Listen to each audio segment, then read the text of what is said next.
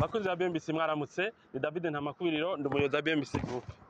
Twarimo tumaze ibiti tutayaga ariko no munsi tafite information idasanzwe. Mwari mumaze igihe mwumva abantu bavuga umugambi witwa Diaspora City. Igisagara kidasanzwe turiko twubakira aba diaspora ariko nabo ngaha barimwo. Giherereye hehe none? Uyo mugambi mwagiye murumva ku mbuga tuvuga ati tuzohaba dutanguza umugambi uherereye hehe? Ni muraba ahantu mpagaze ni kwibarage ku nomero 5. Murabona hajya mu biti ni kuri aeroport Amerika ndadaye. Hanyuma uwo mugambi nawo uzokorerwa muri iki kibanza kinyene impande yanje aha nyene murabona ngaha iri tongo ni gwacu. Iri tongo ni rya BMBC. Hanyuma riri hehe? Riri muri Miroir. Ni muri cya gisagara abantu bakunda cyane, aba diaspora bakunda cyane, abagwiza tunga ngaha bakunda cyane cyo muri Miroir ahantu impande ya aeroport. Mugabo iri tongo aha tugomba dukoreye projet ya Diaspora City niho haruta handi hose muri Miroir, kubera yuko uzova muri autoroute winjira mu nzu yawe. Nukuvuga umuntu haba kujya kwiburaya ntazokwigera acafura ibyambute yaje ntavyo nokwiye ndavuga. Murabona ko kuva muri ville canke ugiye gufata indege muzovuga ngo indege ngo yansize ngo kubera ngo narimvuye ngo mukanyosha ngo narimvuye ngo mu Kamenge ngo narimvuye ngo mu Buterere. Ahantu turiko tuhakorera kubera yuko haruta handi cyane kubera ko ni muri quartier diplomatique ahantu haba ambassadeur, sivyo? Naco gituma ino projet naho zitari bwayitangure ntimari bwamuna ndiko ndavugira ngaha ndabizi kuri no barabanda bereka aho aherereye ndababwira nakabijya karimwo. Mugabo kubera yuko ari muri quartier y'abambassadeur twarashoboye kuronka abakiriya bagura muri no projet tutaranatangura. Mbere ibindi ndabibabwira indani aho turiko turakorera iyi projet idasanzwe iri ahantu haruta handi hose mu gihugu mushobora kugira, kandi hafise ibyangombwa byose mukenera iyo mutuguriye inzu. None muzogura gute amazu? Akabijya nakahe? Wiyandikisha gute? BMBC ifite ubushobozi bwo gukora ino migambi. Munkurikirane ngo manjire muri chantier nza kubayagisha ndi kimwe n'abanjeniyeri mbere bahagarikiye ibikorwa byo ngaha byaratanguye. Hanyuma nawe udukurikirane ibibazo byose ubyishirwe ko murakoze iyo mwubatse ngubake neza. Rero twashitse hamwe muri chantier na twakiriye n'umunjeniyeri ngaha ayo bibwira, hanyuma katugana uko niko bipanze, hanyuma cyo ndababwira kabijya kuntu mwagura amazu n'ibindi. Karibu washefu. Urakoze cyane. Wotubwira ukuntu projet ya Diaspora City ngaha aye imeze? Nitwa Eric Hitimana, umwe mu barongoye mu batwara ino chantier mubona ngaha yo muri Miroir ya kabiri. Yego. Ino chantier uko muyibona ni chantier niniya cyane. Tuva ngaha dushika ku ikaburimbi kuri RN5 dufise imetero zirenga 500.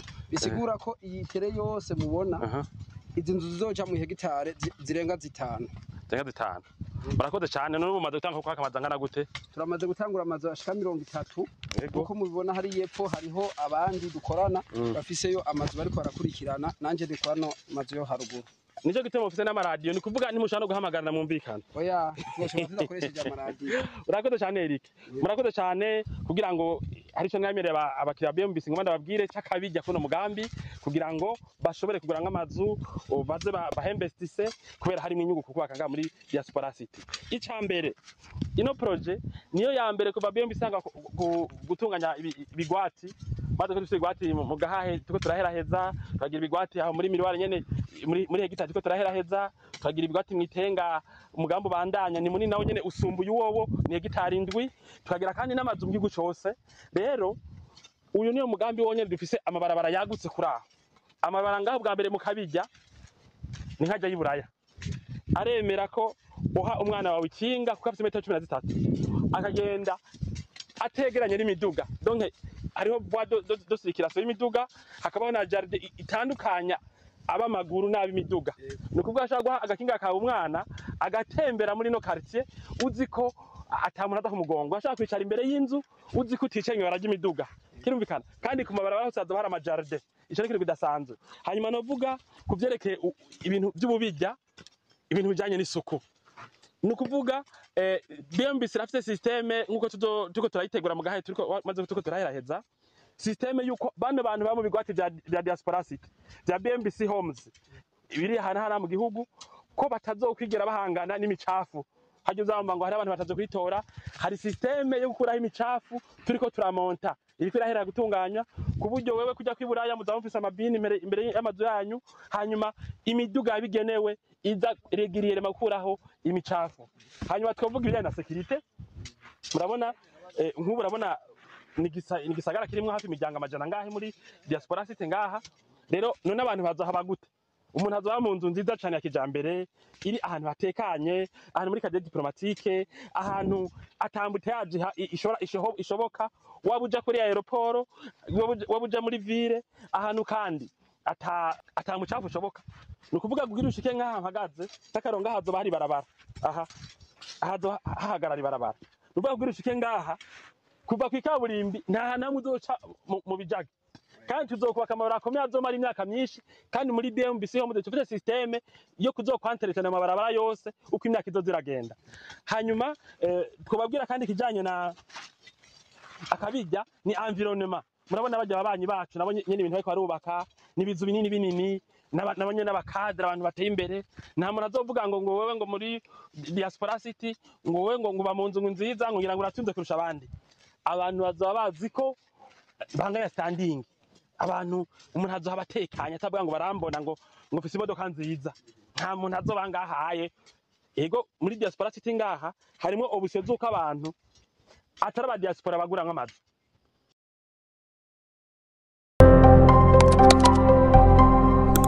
Ngaha aye n'amazu azimvye kwera n'amazu y'urwego hejuru, mugabo harimo obusyo zuko n'umuntu wo ngasha kugura nk'amazu. Umudereza twumva ko mu Burundi aca du contacta afise uburyo bajye bashaka kubaka ama etage ahandi no ngaha bashaka kuyubakaho. Kirumvikana singoma ngo uri mu diaspora gango gure muri diaspora city. Hanyuma ico ni cyakabiri. Hanyuma ikindi twavuga nikijanye na mu byakabijya nikijanye n'ukuntu abantu bagura. Ngaho urashaka kuhagura inzu muri diaspora city, urashaka kuhagura inzu atana avance uzanye bijya mitama depo. Ukinjira muri projet ata miliyoni 150 wazanye za avance, kandi uguze inzu miliyoni 700 500 600 majana arenga amamiliyari. Kimvikana mugabo ushaka kwinjira nkako nakabijya tudasanga handi. Hanyuma ngaha muri diaspora city harimo ubushobozi bwo kuronka parcelle nini, ahandi nko mugahahe wasanga parcelle exahare 4 3. Mugabo muri diaspora city abantu barafise ubushobozi bwo kugura parcelle iba kuri are 2 gushika kuri na 8. Donc urumva ukaba muri ukashira inzu yawe mu kibazo cyagutse. Hanyuma harimo kandi bijanye na security. Donc BMBC irafise gitaci ibita BMBC security kizoba kijejwe kwitwararika umutekano wo muri diaspora city no mu yandi ma projet yose tuko turubaka Bujumbura ya BMBC homes. Hanyuma nababwira kandi akandi kabijya kari muri ino projet. Urumva navuze ko ngaha muri diaspora city umuntu ahaguze inzu ambute yaje bazaba basezeranye. Murazi ko Bujumbura ngiye no muri bigo byo kwisi mu bisagara bikomakomeye mu makapitale ziba zihari, ariko muri diaspora city uzobuzi ko atambute yaje wowe uzohura nayo, uzobuzi ko uri libre gutaha kuko uca amabarara meza n'indani hameze neza. Hanyuma ikindi novuga icuko uhubatse inzu ni mu bubijya uzi ko ishaka gukotwa n'umuntu akora mawone jakomeye mu diplomate ayurumva n'imikataba yabo ashobora kuzohaba ikintu kidasanzwe. Naco gituma nababwiye ko hari abantu babonye ibyapa gusa bagaca bavuga ati ari baba tuko turubakira, kuko mu byukuri umugambi nturatangura n'izina tuko turegeranya amashini n'ibindi byose tuzokoresha muri no project. Mugomba tafite amazu 100 tuko turubaka kubera abantu bacu bavuga ati jewe hajya sinovamo. Nababwiye ntiharutandi hose muri miroir, kuko uva muri autorité winjira muri uzeyi ibintu byose bibanga handike tuzobibaza kuko hazoba hameze neza turayimetriza kuva kwikabiri gushika ngaha. Hanyuma hari kibazo mu bijanye no muri diaspora city lo projet heze nta mazi muzokwigera mubura. Twaragize systeme yo kuzabarosa amazi en permanence, ntimuzokwigera mubura amazi muri diaspora city. Hanyuma ikindi novuga nikijanye n'imibereho yanyu. Twavuze kuba mushaka kurayidinga n'amakinga yanyu ngaha mu gisagara, ariko ngani ngaha muzohakorera akazi.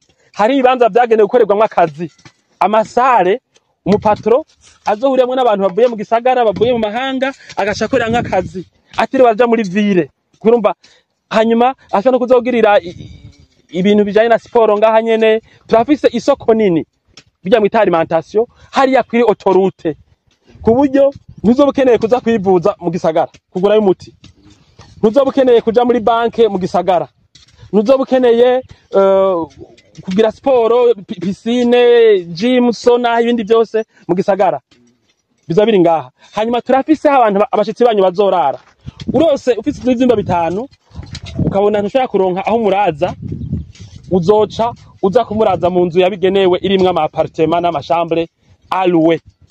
Urumva bizaba byoroshe rero ko ngaha ahantu umuntu haba azi ko nashitsi biwe atadakwaruka kurondera ama hoteli muri centre ville, sivyo biri gaca muri embouteillage nyene no mu bindi nibindi, sivyo.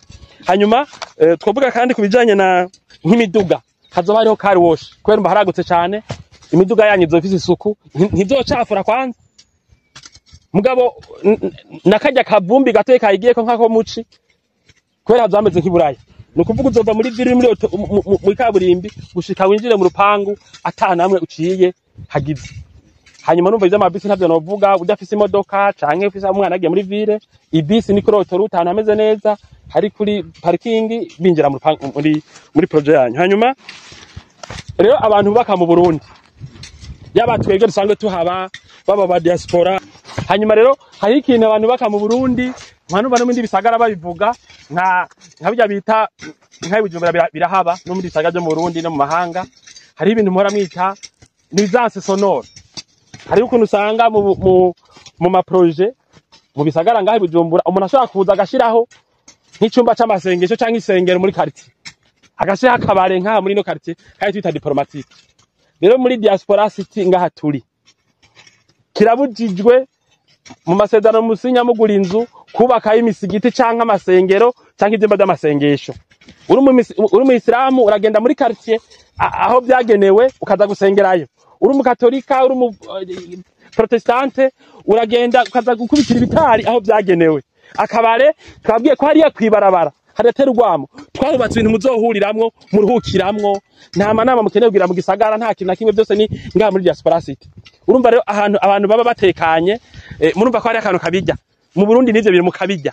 Rero nk'ibyo byose birahari, ntibizogera byasumbuwe. Hanyuma ngaha urumva haragutse, harahema. Hanyuma ngaha amazu ntafatanganye, uhubatse inzu uzobuzi ko hari akayaga hagati y'inzu yawe n'iyumubanyi, uzobuzi ko hahema. Nukuvuga uri nk'umuntu aje kuruhuka cyangwa uri muri retraite uzi ko ushaka kuharuhukira. Hanyuma noshima kwabwira rero kubijanye twabwiye ibintu byinshi.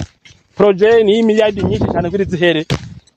Icida nuko twayitanguye, niyo projet ya mbere diaspora city dushoboye kuronka abantu bayigura tutaratangwa no kuyubaka, tutaravuga ati tutaratanguzwa ibikorwa ku mugaragaro. Ndibuka ko atabimenyesha makuru mwigeze mubona tubwira duti turatanguje ibikorwa, muga abantu bakibona gusa barengana baciye baza kugura. Rero bisigura ko umuntu ariko yabona kino kiganiro n'amahigwe agize, nibwo bwa mbere turose projet tukayigurisha abantu bakaza mwibanga. Ubu rero turabahuye, nimuze umwe wese yifuza kugura inzu aze kugura inzu muri diaspora city. None mwogura gute? Ushobora kugura inzu bwa mbere kwideni canke ku makashi, ukavuga ati jewe iyi nzu bw'imiliyoni majana ngahe ndayafise, nzu yari mu mwaka umwe, naho turazanira rimwe amafaranga ushobora kuyaduha mu mwaka umwe, tufata ko ari amakashi, nta nyungu ya banki tugushirako. Murazi ko catugira ibyo bitama tableau d'amortissement, tukakwereka tuzodurariha inzu ku kwezi imyaka 10, imyaka 2, imyaka 3, imyaka 4 uko. Mugabo uvuze ati ndo yaronka mu mwaka umwe, ico gihe dufata ko yiguze kashi, nta nyungu ya banki yigwirajako. Hanyuma muri no projet nakunye nakabijya, urashobora kugura inzu utazanye bimwe bita deposit, bimwe bita avance. Ukavuga ati tukiga dossier yawe tugasanga uzoriha neza, ukacuvuga ati jere naho mona ndoriha neza, burya simfise nta bifaranga nabitsa ahantu. Cyangwa ati wewe urashobora kuza muri projet ko tubona ufise ubushobozi ukazoriha boro utiri wazana miliyoni 100, 200, 300 yitwa nka avance canke miliyoni 50, 60. Urumva nk'ico ni ikintu tudasanga handi hantu cakabijya mu bintu byo kugura. Hanyuma urafise ama option yo kugura mu buryo wipfuza. Urashaka kuvuga ati jewe nzoza ndariha mu matranche, iyo ndashaka ndariha mu matranche 3 ku mwaka.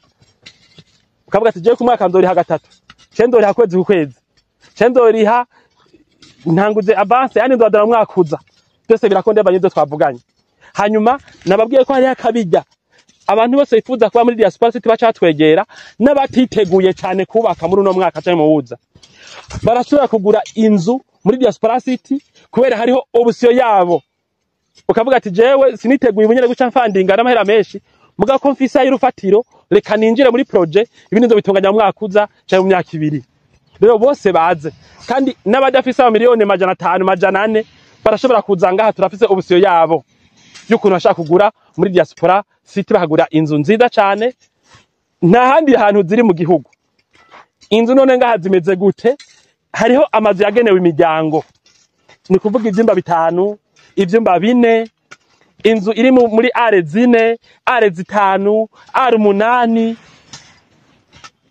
donc washaka kugura inzu yameze hariho n'amazu yagenewe donc ushaka kugura nk'umuryango kujya ko mugahahe umuntu ahagura inzu ahanyuma we akaba musi umuhungu we hejuru umuhungu undi muhungu hejuru kuko zirimwe amapartement 3 ni nako bariko barabigira abashaka kugira inzu za business avuga ati jewe nzafata kugira hotete mu Burundi mugabo ekanu bakinzu rero je nzebe musi hanyuma hejuru haze habe uwumpangiye no hejuru haze habe uwumpangiye hanyuma buzukuru bayikeneye bayikoreshe mugabo izikora ibintu byinshi turafite amazu yagutse kuri ugo rugero nukuvuga ashaka kuba nk'imiryango 3 urashaka kuba umuryango umwe canke 2 canke 3 hanyuma kuvyerekeye ama standing kuntu zisikuye bijya bita ngo standard VIP canke very VIP canke murazibona ivyo bintu tubigira twese ndivyo twavuganye mukiza kugura inzu matuga ati je nkeneye inzu yaga ivuga cyatugira kuri iyo standing uvuze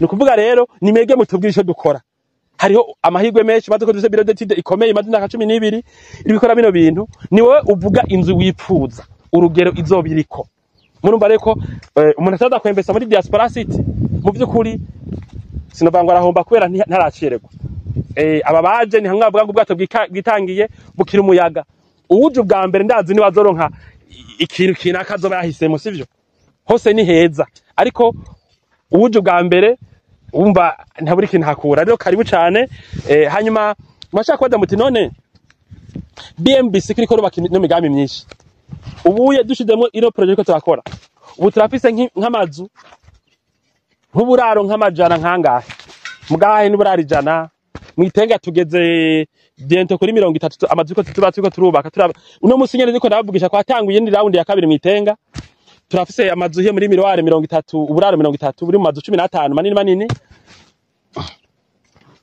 turavye tuze nkubura amatatu buriko burubakwa ngahe Bujumbura kuko mara duko turubakira abantu makarite atandukanye Bujumbura kuva myaka 12 urashaka kuza kudusaba ko tukubakira inzu wiparcelle yawe ko tumarira inzu yawe utamaze ndavyo nyene tukashaka kubigira no kwideni murabizi tukashiramwe n'ibyangombwa ibitanda n'ububati ku madeni canke ku makashi murabizi ivyo nibyo ko twashikako ndababwije byo mubone experience none twikura he yo kurangura ino migambi urumva turafise experience ndende tumaze imyaka 12 niho twakuye na buno bushobozi twege nta mahera twazanye muri bino bintu abantu baduha akazi ari benshi hanyuma turonka ino experience rero nahamubona rero nibikorwa ubuye abantu basigaye baza no kubitangura umuntu ahagura inzu hakiri no mu gisanze kuko bazi ko ivyo tuvuze tuzobikora hanyuma ico twamenyesha nuko ibintu byose by'impapuro umuntu akenera aguze itongo aguze inzu ngaha tubifise n'uzana amakasha acavuga ati numpe titre cha turatumuhaye urumva ico kintu kidasanzwe cyane naco tuma muza kugura ngaha muri no projet ya BMBC Homes Diaspora City voilà hanyuma numva projet mwabonye higeze kuri avance tugeze amazu 30 nabwiye ko ari bwo bwa mbere dutanguye projet abantu hagura amazu tutaratanguza no mugambi ku mugaragaro namwe nimba maze gucanga kure mugiye kuri aeroport mugiye gutembera ngahe Bujumbura mutumbere ku biro dukorera cyangwa mutwandikire ku manimero yacu ku muce kuri website murabe ibitwerekeye hanyuma kuvyerekeye amakuru ntoba navuze wifuza kugura kuba muri diaspora city so kuvuga ko ari ikisaga cya diaspora gusa mugomba twe nibo bakiyabeshije cyane dufise kuva kera kuva mu 2012 rero wifuza kuhaba yaba uba mu Burundi yaba ubu mu diaspora ukaba uba muri Australia ndabahereyeko kubera ukaba uba muri Amerika, ukaba uba i Buraya, ukaba muri Afrika y'Epfo, ukaba muri Zambia, ukaba i Dubai, ukaba aho ndiko ndavuga turafise abakiriya. Uce urungika umuntu adusanga dukorera mu Kigobe atubaza ibibazo wifuza kubaza ntabwiye ngaha, canke utwandike kuri WhatsApp mumenyereye ya BMBC 79 500 227. Abantu benshi baraje baratangaye basanze bashaka kuronka inzu muri Diaspora City. Nawe niwaza uzotangara usanze ushaka kuronka inzu. Murakoze, mugire ibihe byiza, mugire aho muba mwubahwe, mwembestise muri Diaspora City, iyo mwubatse mwubake neza na BMBC.